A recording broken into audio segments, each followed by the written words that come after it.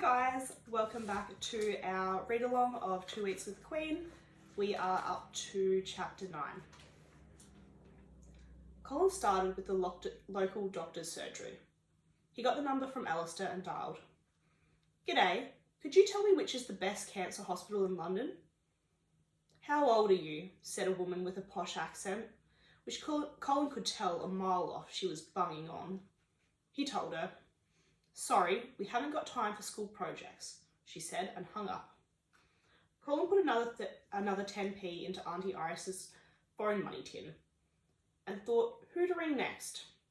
The City of London Information Centre? The Houses of Parliament? The Times? He rang the Royal Fish Bar in Peckham. "Cancer Hospital," said the fish bar man, concerned. "You poorly, are you, son?" "It's my brother," said Colin. "Poor bleeder," said the man. "Hang on, I'll ask the missus." He came back after a bit and said the customers in the shop all agreed that the best cancer hospital in London was the one that had cured Ernie Stringfellow's prostate trouble. He told Colin the name and the address. "Hope it does the trick for him, son. God love him." Colin thanked the man, put the phone down and went to the kitchen, where Alistair was trying to tie a lasso knot in his pyjama cord. This was going to be the tricky bit. Auntie Iris and Uncle Bob had locked both the front door and the back door and taken the keys to work with them. 10 seconds after they'd gone, Colin had checked all the downstairs windows and found that they'd got locks on them too. He was a prisoner. "Is there a screwdriver around?" asked Colin. "Dad keeps all his tools out in the garage," replied Alistair. Colin had feared that. "What do you want a screwdriver for?" asked Alistair. "To take the lock off the back door." Alistair's eyes widened with horror. "You can't do that. They'll go bananas. They'll kill us. You don't know my mum. She'll...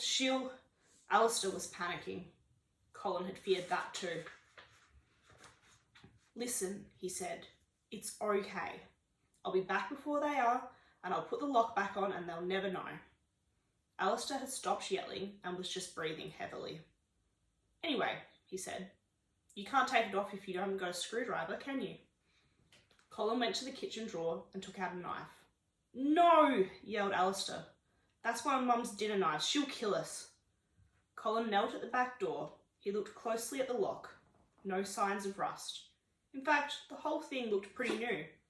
Must have been a recent purchase from the biggest do-it-yourself hardware centre in Greater London. He put the blade of the knife into the groove in one of the screws and started turning. "You can't do that!" yelled Alistair. Colin could, and he did.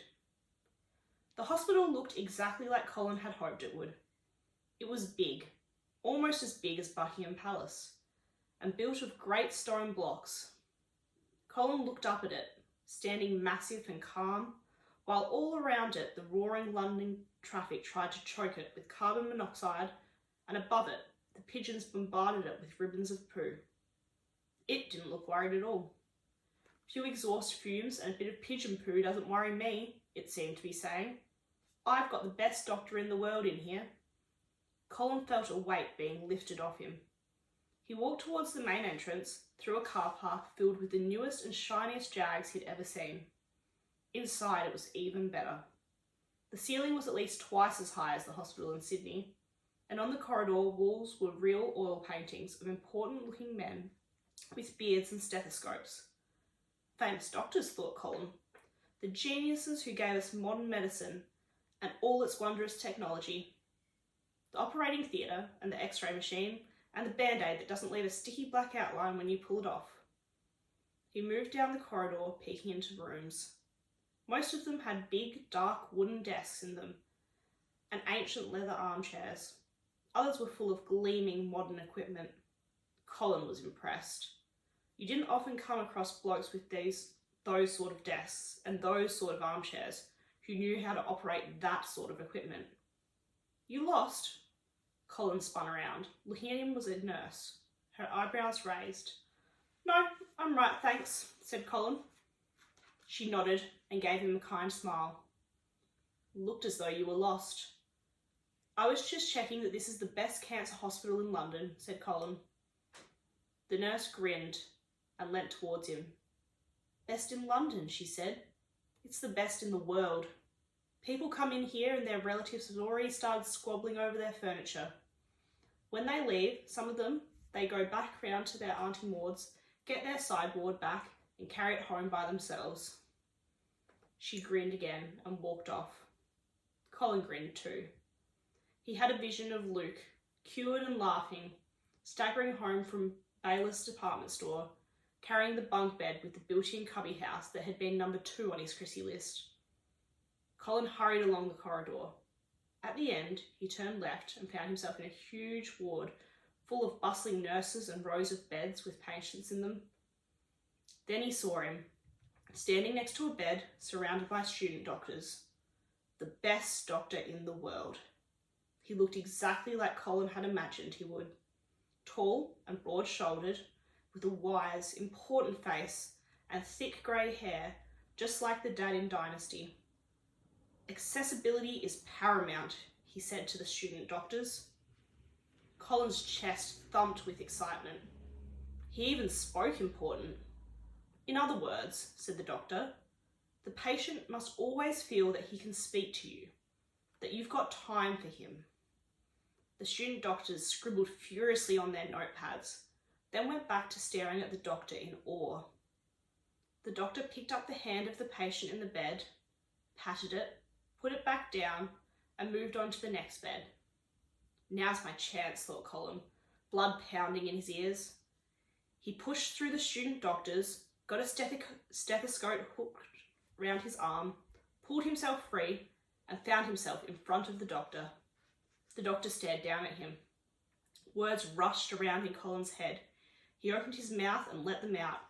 "I know you're real busy here and everything, but you've got to come to Australia and fix up Luke. They reckon he's going to die, but I just reckon they're being slack, and you can do it. I know you can." The doctor frowned. "Who is this?" he boomed.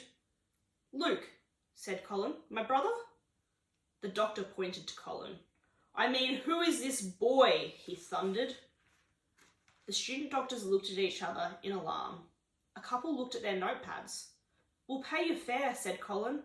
"Or, if you've got a Learjet, we'll pay the petrol." A couple of the student doctors tittered. Several patients grinned. "Matron!" roared the doctor, and turned and swept along to the next bed. Colin tried to follow, but a large matron hurried across and grabbed his arm. He stamped on her foot, pulled himself free, and went after the doctor. "Please," yelled Colin. "You've got to do it. You'll only take a few days. You've got to." The doctor turned and glared at the nurses who were standing all around, frozen.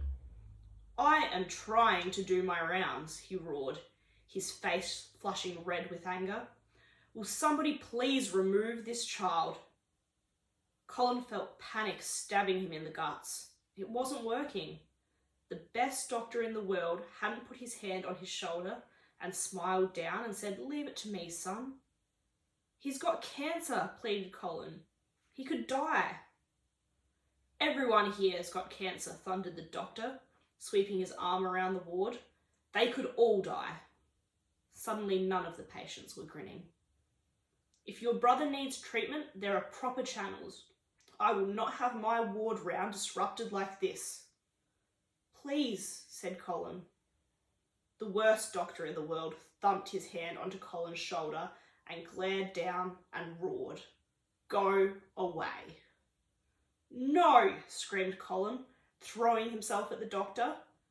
But before he could land a punch, he was grabbed from behind by several pairs of hands, and suddenly he was upside down, and the doctor, also upside down, was getting smaller and smaller, and then was gone.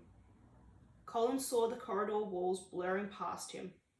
He kicked and struggled, but the 2 male nurses and the uniformed attendant had him in a bone-crusher grip. They took him into an office and held him down in a chair, while a supervisor gave him some forms that the patient's parent or guardian could fill out if the patient's doctor and/or senior medical administrator agreed. Then the uniformed attendant marched Colin out of the hospital.